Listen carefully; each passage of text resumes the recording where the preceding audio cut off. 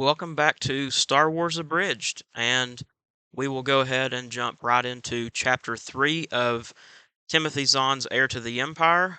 We went over Chapter 2 yesterday, Chapter 1 the previous day, and so we'll just go ahead and start out in Chapter 3, where we will be meeting a very important character that many of you have probably heard about before, and then another very important character that you may not have heard about, you might have, but let's go ahead and jump into it. Chapter 3 starts out from Talon Karrde's point of view, who is the crime boss and professional smuggler that Han was told about at the end of Chapter 2. However, this chapter also introduces one of the most important characters of the entire book trilogy, but we'll get more to that in just a second. So Chapter 3 starts out in Karrde's personal office, and he is setting up a very fancy dinner. As he gets done setting the table, there's a knock at the door. The door then opens and a red-haired woman walks in, whose name is Mara Jade. If you know anything at all about this trilogy, you have likely heard of Mara Jade, but since there will be plenty of people hearing this story for the first time, I won't spoil anything. I'll just say that she is a pretty important character, to say the least.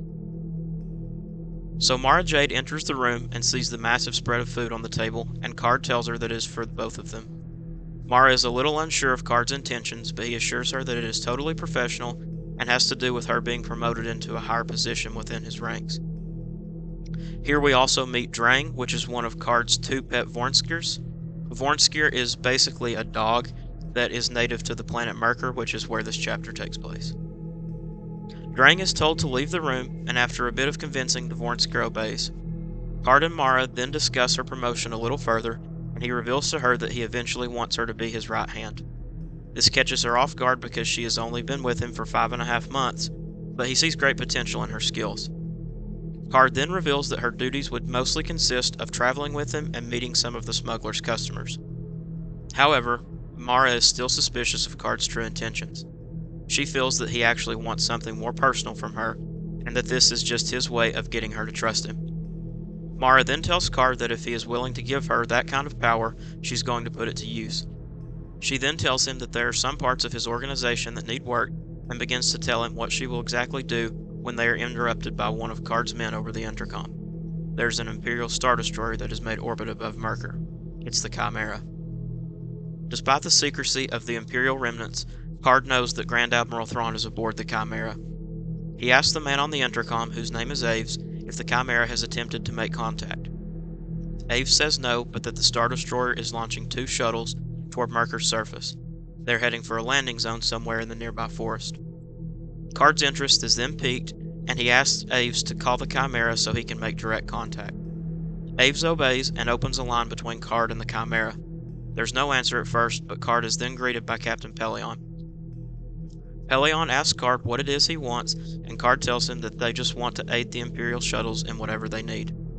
Karrde mentions Thrawn by name to Pellaeon, and Pellaeon is surprised that Karrde actually knows of the existence of the Grand Admiral.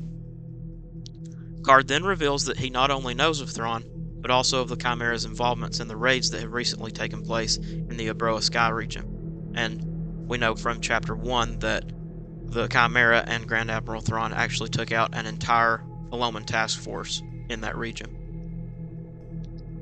Karrde then tells Pellaeon that the shuttle should be careful of any predators in Myrkr's forest. Pellaeon says that the shuttle crews won't be on the planet's surface long, and Karrde puts together that they are hunting creatures called Salamiri. Pellaeon seems distressed that Karrde is able to guess the reason that the Empire is on the planet so easily. Karrde then reveals to Pellaeon that the creatures have to be handled with care when capturing them, or else they will die. He also tells the captain that he has men who can help the shuttle crew safely capture the animals without harming them. Pellaeon reluctantly agrees and asks how much Karrde's aid would cost, and Karrde tells Pellaeon that they will help freely. Pellaeon then tells Karrde that the shuttle crews will be expecting Karrde's Salamiri expert, and then ends the transmission.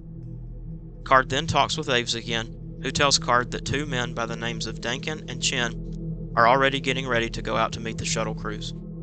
Karrde tells Aves to relay a message to the 2 men, leave a transmission line open, and report straight to him once they are done helping the Empire. The intercom then turns off, and Karrde resumes his conversation with Mara Jade. She asks Karrde why he is not charging the Empire any sort of fee for their services, and Karrde tells her that having their people keep a close eye on the shuttle crews the entire time that they are on the planet is sufficient enough. Mara then puts together that Karrde is more suspicious of the Empire than he is letting on. She asks him if he believes they are on the planet for other reasons than just capturing animals, and he says yes. Karrde then reveals that he knows the Empire's true intentions as of right now, to hunt down a certain Jedi, Luke Skywalker. And as just a side note, the Salamiri are used specifically to hinder Force abilities, and that is why Karrde thinks that they want the Salamiri so that they can go after Luke, but more on that in future chapters. Mara then theorizes that they may be looking for other Jedi besides Luke, but Karrde says it is unlikely. He can tell that Mara's mood changed drastically just at the mention of the Jedi's name. Karrde then tests the waters with Mara by mentioning that the Empire may have found Darth Vader, and Mara quickly states that both the Emperor and Vader died on the Death Star. Karrde can tell that the mention of Vader and the Emperor bothers Mara, and he prods a little further at her, trying to see what will get a reaction out of her. He then pushes the conversation back to where it originally began, asking Mara to tell him what it is she would change about his organization. This causes Mara to snap out of the trance she was in at the mention of Luke, Vader, and the Emperor, and then Mara goes on into great detail of all that his organization has done wrong and how she would fix these problems as she is promoted further.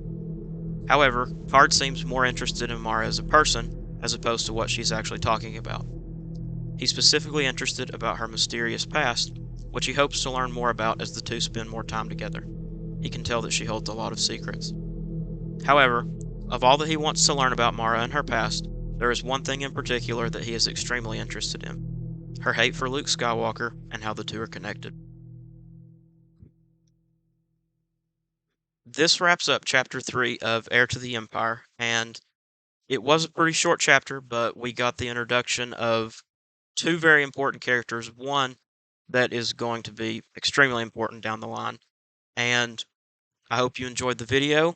I hope you have a great day. We will get into Chapter 4 tomorrow, and as always, may the Force be with you.